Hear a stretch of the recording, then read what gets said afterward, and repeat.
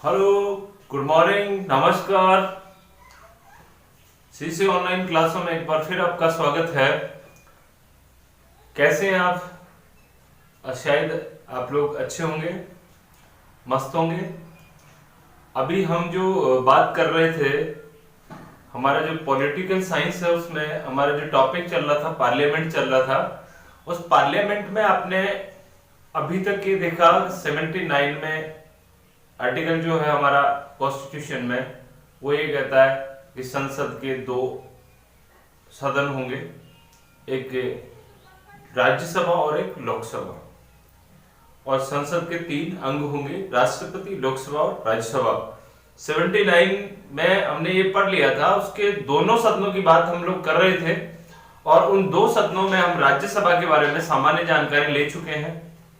लगभग हमने ये जान लिया कि राज्यसभा में कितने सीटें होती हैं, सर्वाधिक सीटें कौन से राज्य की हैं, क्यों हैं, किस विधि से इनका चुनाव होता है, मेथड क्या है, आनुपातिक प्रतिनिधित्व प्रणाली क्या है, और राज्यसभा का कार्यकाल, उसके सदस्यों का कार्यकाल, ये एक स्थायी सदन है। इस तरह की बातें हम लोग कंप्लीट कर चुके हैं। थोड़ा सा डिस्कस बाकी है, वो आज हम लोग करने वाले हैं। उसके बाद हम लोग इसका जो निम्न सदन है, प्रथम सदन है, लोकसभा को शुरू करेंगे।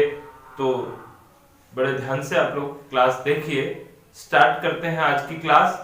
जुड़ जाइए क्लास के साथ। शुरू करते हैं राज्यसभा के पदाधिकारी। राज्यसभा के पदाधिकारी से पहले आप ये जानिए, किसी भी सदन को अगर आपको सुचारू रूप से चलाना है उस सदन को, तो उसके लिए एक अध्यक्ष की आवश्यकता होती है, जो उसकी मॉनिटरिंग कर सके, उसमें अनुशासन बना सके, कब किसको बोलने का अवसर दिया जाए, अनुशासन कायम कर सके।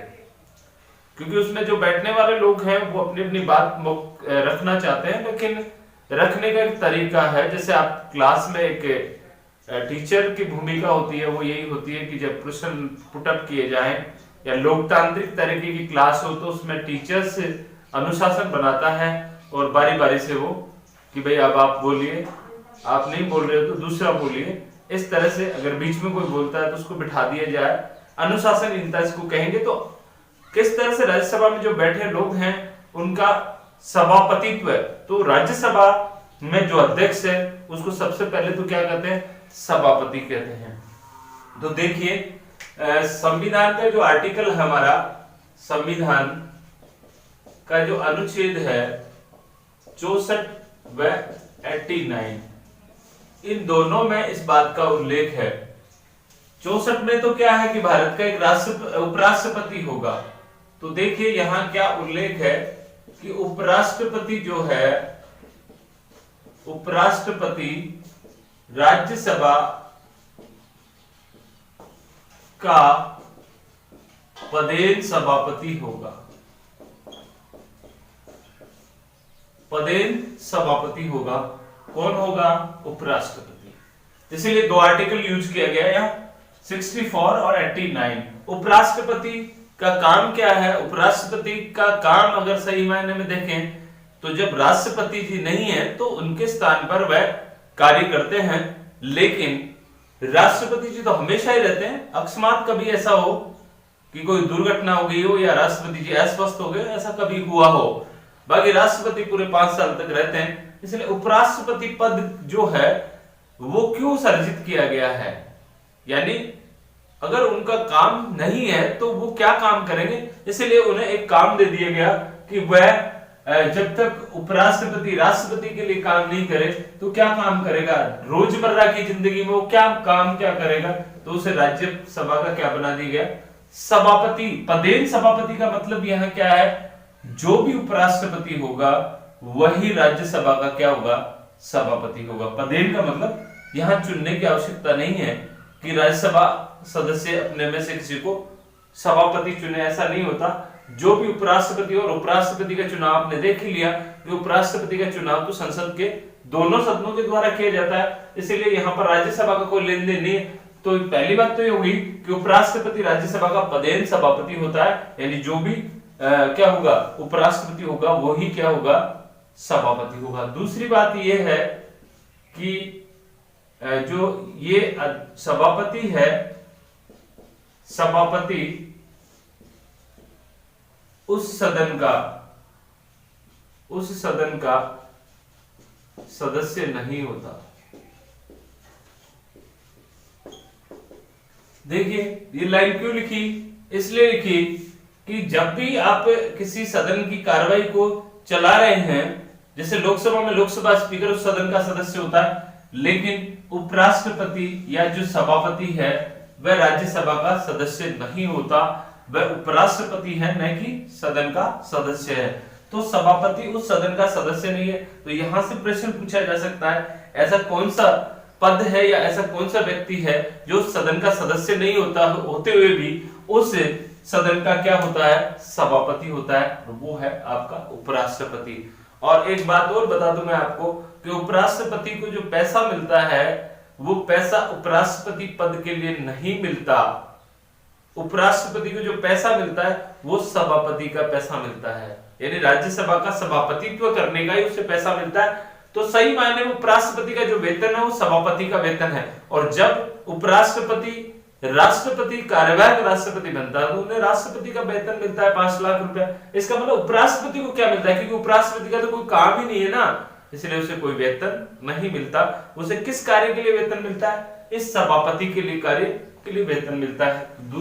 दूसरी बात आप लोग ये भी समझ लें कि राज्यसभा का पदेन सभापति हो, सभापति उस सदन का सदस्य नहीं होता। एक इसके बाद में ये है कि इस सभापति के बाद में इस सभापति, अगर मान लीजिए ये सभापति अनुपस्थित है तो एक उप सभापति होता है। उप सभापति, ये जो उप सभापति है वो राज्यसभा के सदस्य अपने में से ही चुनते हैं, अपने में से ही चुनते हैं। इसका मतलब उप सभापति जो है ये जो है वो राज्यसभा का सदस्य होता है, यानी राज्यसभा के जो मेंबर ऑफ पार्लियामेंट है, सदस्य है, वो अपने में से ही क्या चुनते हैं, अपना एक उप सभापति भी चुनते हैं। और उप सभापति का काम क्या है, जब सभापति अनुपस्थित है या मान लीजिए कार्यवाहक राष्ट्रपति बन गए, क्योंकि कौन है सभापति, कौन है सभापति, तो उपराष्ट्रपति है ना। तो जब राष्ट्रपति का काम करे, कार्यवाहक राष्ट्रपति बन जाए, जैसे आपको पता है जब राष्ट्रपति की पोस्ट खाली हो जाती है तो उपराष्ट्रपति राष्ट्रपति बन जाता है, 6 माह के भीतर दोबारा चुनाव होने चाहिए। तो एक तरह से कह सकते हो कार्यवाहक राष्ट्रपति के रूप में 6 माह तक काम कर सकता है। तो 6 महीने तक उस सदन का सदस्य, उसका सभापति कौन होगा, उप सभापति होगा। तो ये आपको कॉन्सेप्ट समझना है कि उप सभापति उस सदन का क्या होता है, सदस्य होता है।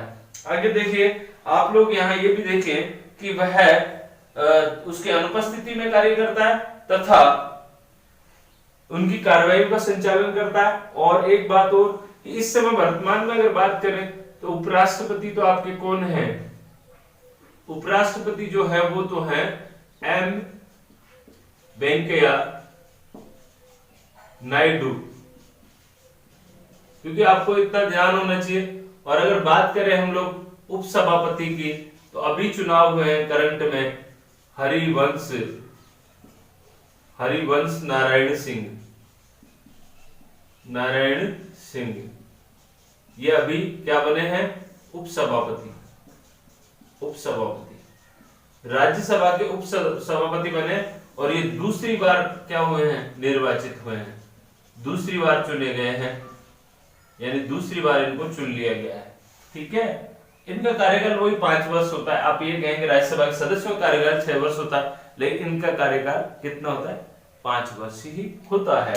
तो ये आपकी राज्यसभा जो कंप्लीट हुई, उसके बाद हम संसद का जो कार्य पढ़ेंगे उसमें राज्यसभा की कुछ विशेष शक्तियां वहां उनका उल्लेख कर लेंगे। तो अब आप लोग चले दूसरे सदन की ओर चलेंगे हम लोग, और हमारा जो दूसरा सदन है वो कौन सा है, लोकसभा। लोकसभा जो कि लोगों का सदन है और आपकी जो संसद है उसका महत्वपूर्ण पार्ट है, या ये कह सकते हैं कि आप कानून निर्माण में लोकसभा की महत्वपूर्ण भूमिका है। और पावर की बात करें तो वो किससे ज्यादा पावरफुल है, वो लोकसभा से ज्यादा, राज्यसभा से ज्यादा पावरफुल है। तो देखिए यहां हम बात करें लोकसभा की, लोकसभा लोकसभा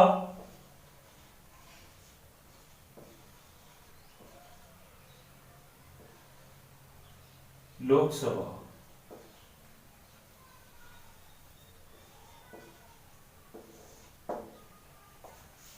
लोकसभा तो सबसे पहले तो आप ये समझें कि लोकसभा का जो सदस्य है या इसका जो गठन का है वो क्या है। तो लोकसभा के जो गठन की बात करी गई है भारतीय संविधान में, अनुच्छेद कौन सा, 81। देखो अपन ने बात करी 79, 80 और 81। 70 में संसद है, 80 में राज्यसभा है, तो 81 में लोकसभा है। ठीक है, तो आप लोग ध्यान रखें 80 आर्टिकल जो 81 है वो ये कहता है कि लोकसभा का गठन कैसे होगा। तो लोकसभा के गठन की बात करें तो इससे पहले आप थोड़ा सा जान ले कि जो हमारी लोकसभा थी शुरू में, अगर बात करें शुरू में तो इसकी जो संख्या तय की गई थी वो 500 सदस्य संख्या थी, 500 सदस्य संख्या थी। उसके बाद में 1956 राज्य पुनर्गठन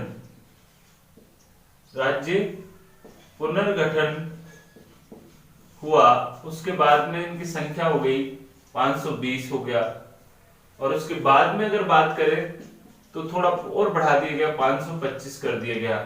और फिर आपका एक संविधान संशोधन हुआ, 31वां संविधान संशोधन, 31वां संविधान संशोधन 1974। और उस 1974 में इसकी अधिकतम संख्या कर दी गई, अधिकतम संख्या 552 कर दी गई। तो ये ध्यान रखना आपको, अधिकतम संख्या 1974 में की गई। और उससे पहले जो इसका आप लोग बात करें तो इसकी संख्या जो थी वो कितनी थी, 525 थी, 500 थी, और 31 में संविधान संशोधन के द्वारा इसको संख्या बदल दी कितनी, 552। अब आप लोग देखें ये 552 को किस तरह से डिवाइडेशन किया गया, और इससे पहले थोड़ा सा ये और जान लें कि इनके नाम क्या क्या हैं। तो आपने पहले राज्यसभा को पढ़ा था, उसमें देखा था कि लोकसभा है, और अगर हम याद ही कर रहे हैं तो फिर राज्यसभा को भी साथ ही कर लेते हैं। वैसे राज्यसभा को आपने याद कर रखा है, ये लोकसभा, ये राज्यसभा। इधर देखिए इसको निम्न सदन कहते हैं, और किन किन नामों से जानते हैं लोकसभा को। इसको निम्न सदन कहते हैं, इसको प्रथम सदन कहते हैं, प्रथम सदन कहते हैं, और इसको और क्या कह सकते हैं, अस्थायी सदन कह सकते हैं, अस्थायी सदन कह सकते हैं, और क्या कह सकते हैं, लोकप्रिय सदन कह सकते हैं, लोकप्रिय सदन,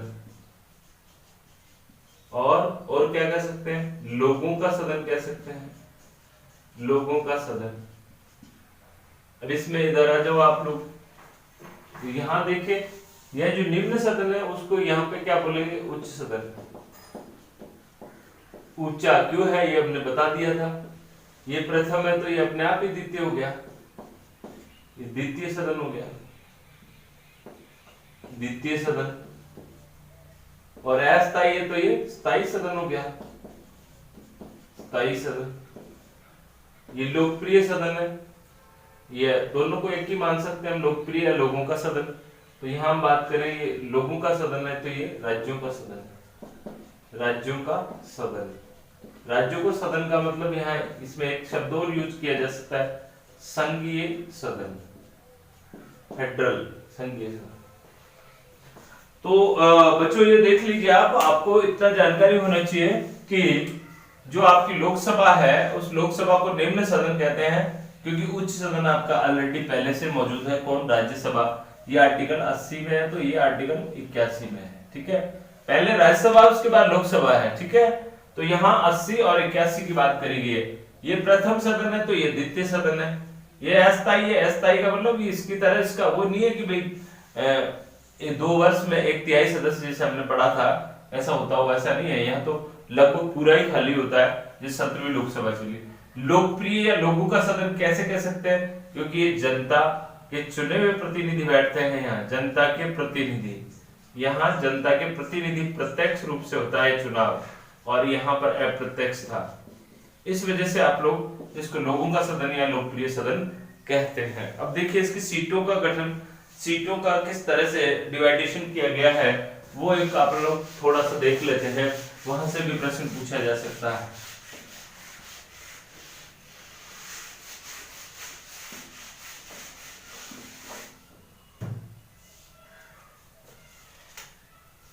तो देखिए लोकसभा का गठन,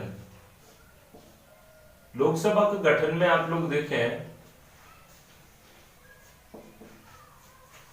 यहां सबसे पहले बात करें अधिकतम, अधिकतम अधिकतम संख्या, अधिकतम संख्या 552। ठीक है, अधिकतम संख्या कितनी है? 552। 552 को डिवाइड कैसे किया गया है?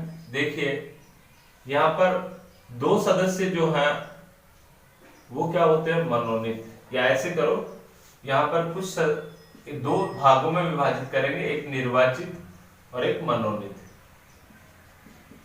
मनोनीत और निर्वाचित। देखिए यहां हम 550 क्या करें? निर्वाचित करें, और दो सदस्य कौन से? एंग्लो इंडियन हम लोग क्या कर दें? मनोनीत करें। तो निर्वाचित और मनोनीत, ये दो सदस्य मनोनीत कौन से हैं? एंग्लो इंडियन, जो कि आपको पता है 104वां संविधान संशोधन अभी करके इसको क्या कर दिया गया? उसमें अमेंडमेंट नहीं किया गया, यानी आगे नहीं बढ़ाया गया, तो ये अभी यहाँ पर क्या कर दिया? इसको समाप्त कर दिया गया। तो वर्तमान स्थिति 550 वाली रहेगी। अब तो इसको हम लोग डिवाइडेशन नहीं करेंगे, आगे इसको डिवाइडेशन करेंगे। इसकी स्थिति क्या है? ये भी दो भागों में बटे हुए हैं, एक तरफ है राज्यों के द्वारा, राज्यों में, ये राज्यों के द्वारा निर्वाचित होते हैं, राज्यों के द्वारा इनको क्या किया जाता है? निर्वाचित। और यहां पर क्या करेंगे हम लोग? आपका जो कौन बच गया? केंद्र शासित प्रदेश, केंद्र शासित प्रदेश। अब देखिए यहाँ पे ये आपका कितना हो गया? 530। 530 राज्यों से प्रत्यक्ष निर्वाचन है, और यहां पर आपका बच गया 20। तो इस तरह से ये जो हमारा जो अधिकतम वाला आंकड़ा है वो तो ये है कि 550 में से हम लोग डिवाइडेशन किया, हमने 552 का डिवाइडेशन किया। 550 अधिकतम संख्या हो सकती है कितनी? 552। ऐसा संविधान कहता है। कौन कहता है? संविधान कहता है। कौन कहता है? संविधान कहता है कि अधिकतम संख्या कितनी हो सकती है? 552। उसमें से निर्वाचित कितने होंगे? 550। मनोनीत कितने होंगे? 2, जो कि क्या होते हैं? एंग्लो इंडियन, जबकि एंग्लो इंडियन का प्रावधान अब क्या कर दिया गया? हटा दिया गया, इसलिए इसको छोड़ो। अब इस 550 को हम लोग डिवाइड करें तो राज्यों में अलग अलग सीटें डिवाइड करके 530 यहां से आते हैं, और 20 सीटें केंद्र शासित प्रदेशों को दी गई है। अब वर्तमान स्थिति क्या है? देखिए वर्तमान स्थिति क्या है, तो यहां समझे आप लोग, कुल सदस्य अभी वर्तमान में 545। 545 में भी वही क्या है? निर्वाचित, ये निर्वाचित, और ये क्या है? मनोनीत। तो निर्वाचित तो कितना है? 545 में 543, और 2 क्या है? Anglo Indian. वर्तमान स्थिति क्या है? कट गया, है ही नहीं। ठीक है, उसके बाद देखिए 543 और 543 का डिवाइडेशन करेंगे हम लोग। 543 का, तो 543 का डिवाइडेशन किया तो राज्यों से और केंद्र शासित प्रदेश। अब देखिए यहाँ पे केंद्र शासित प्रदेश है वो 13 है, तो बच गया कितना आपका? 13 निकाल देंगे तो 530, ये 530 हो गया।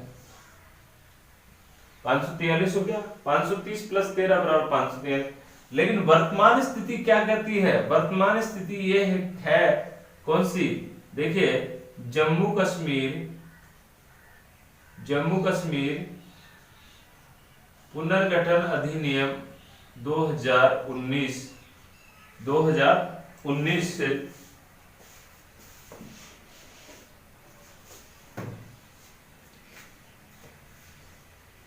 जम्मू एंड कश्मीर अधिनियम 2019 के द्वारा इस 29 राज्यों को कितना कर दिया गया? 28 राज्य। इसका मतलब एक केंद्र शासित प्रदेश यहाँ चला गया। तो इस केंद्र शासित प्रदेश को बढ़ते ही यहाँ की जो सीटें थी, यहाँ जो सीट थी आपकी, वो सीट किधर चली गई? वो सीट आपकी किसमें प्लस हो गई? केंद्र शासित प्रदेशों में। तो यहाँ पर जो जम्मू एंड कश्मीर की जो 6 सीटें थी वो माइनस हुई, तो यहाँ पर आपका 524। वर्तमान स्थिति है राज्यों से निर्वाचित होते हैं कितना? राज्यों से कितना? 524।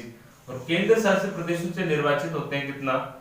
19। टोटल कितना हो गया? 19। तो ये 19 और 534 जोड़ देंगे तो वही 543 होगा, और वो 2 को हमने हटा दिया। तो ये बात सामान्य बात थी, आपको यहाँ से प्रश्न पूछा जा सकता है, क्योंकि ये प्रश्न यहाँ से उठ सकता है, क्योंकि वर्तमान में जो के जम्मू कश्मीर पुनर्गठन अधिनियम आया 2019 का, उसके बाद में जो आपके केंद्र शासित प्रदेश हैं उनकी संख्या बढ़कर 9 हो गई थी, उसके बाद 1 को मिला दिया गया, इसलिए 8 ही है। 8 है, इसका मतलब पहले 29 राज्य थे, 29 राज्य जो 530 हुआ करते थे, लेकिन उस 530 में से अभी वर्तमान में जो वो यहाँ से निकल के कहां चला गया? केंद्र शासित प्रदेश अपनी सीट भी तो ले जाएगा ना, तो अपनी सीट ले गया वो 6, अपनी सीट 6 ले गया, इसका मतलब यहाँ 524 ले गया। तो राज्यों से ये स्थिति पूछी जा सकती है वर्तमान में राज्यों से लोकसभा में निर्वाचित होने वाली संख्या है 530, 534, 543, 552। तो आपका उत्तर क्या होगा? 524।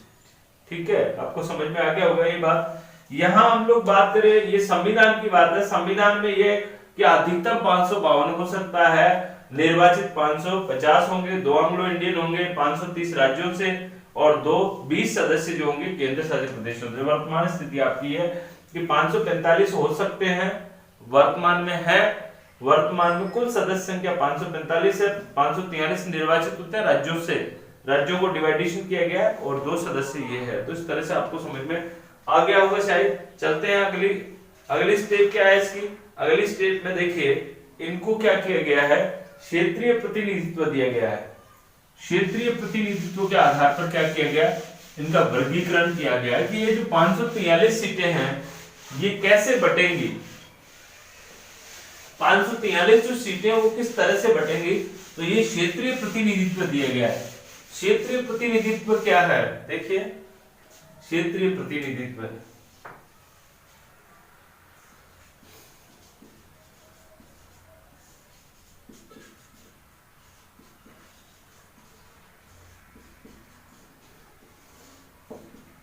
क्षेत्रीय प्रतिनिधित्व का मतलब यहाँ है, जैसे आपने राज्यसभा में पढ़ा, तो राज्यसभा में एक निश्चित अनुपात में क्या किए गए, सीटों का आवंटन किया गया है।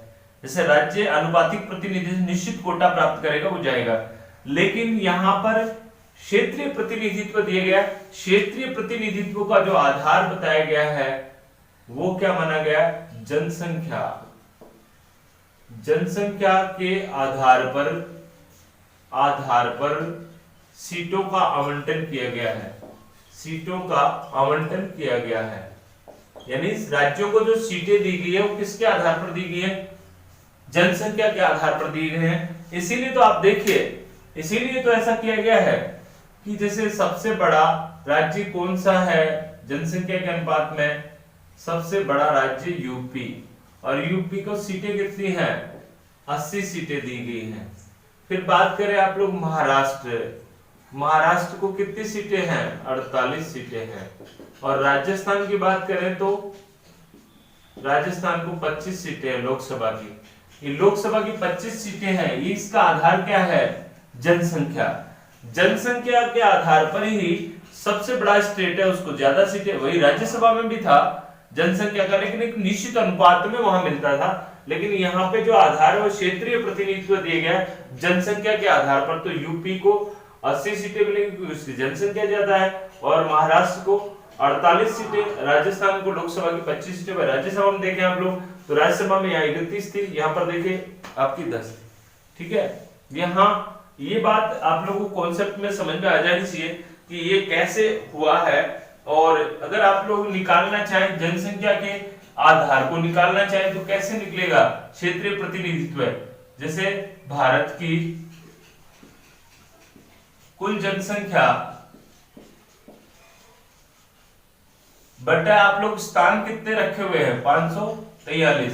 543 का भाग दे देंगे इसमें तो लगभग मान लीजिए 8 लाख के आसपास आएगा। तो एक जो सांसद वो 8 लाख जनसंख्या का प्रतिनिधित्व करता है, लेकिन ऐसा नहीं है। आप लोग आंकड़े अलग अलग हो सकते हैं, वहां पे आंकड़ों की बात करें तो वो अलग हो सकता है। तो इस तरह से प्रतिनिधित्व फिर राज्यों में भी ऐसे किया गया है। तो क्षेत्रीय प्रतिनिधित्व का मतलब क्या है? क्षेत्रीय प्रतिनिधित्व का मतलब वह संख्या जो वहां की निश्चित अनुपात में उस जनसंख्या का क्या करती हो? प्रतिनिधित्व करती हो। तो यहाँ हम भारत की कुल जनसंख्या बटा 543 तो अपने आप ही आ जाएगा कि 1 अरब जनसंख्या में 543 का भाग देंगे तो वो कितना आएगा। उसके बाद राज्यों की जनसंख्या में उसकी सीटों का आवंटन दिए गए तो उसके अनुसार वो जनसंख्या क्या करेगा? प्रतिनिधित्व करेगा। और इन सीटों का जो अभी आपने जो सीटें देखी थी उन सीटों को कब तक नहीं बढ़ाया जाएगा, यानी वहां आगे लिखा हुआ था, वहां ये लिखा हुआ था कि प्रत्येक जनगणना के बाद सीटों का पुनर्गठन किया जाएगा, यानी बढ़ा दी जाएंगी जनसंख्या के अनुसार। लेकिन जनसंख्या नियंत्रण के उद्देश्य से, जनसंख्या नियंत्रण के उद्देश्य से अमेंडमेंट किया गया। कौन सा अमेंडमेंट किया गया? 84वां संविधान संशोधन। 84वां संविधान संशोधन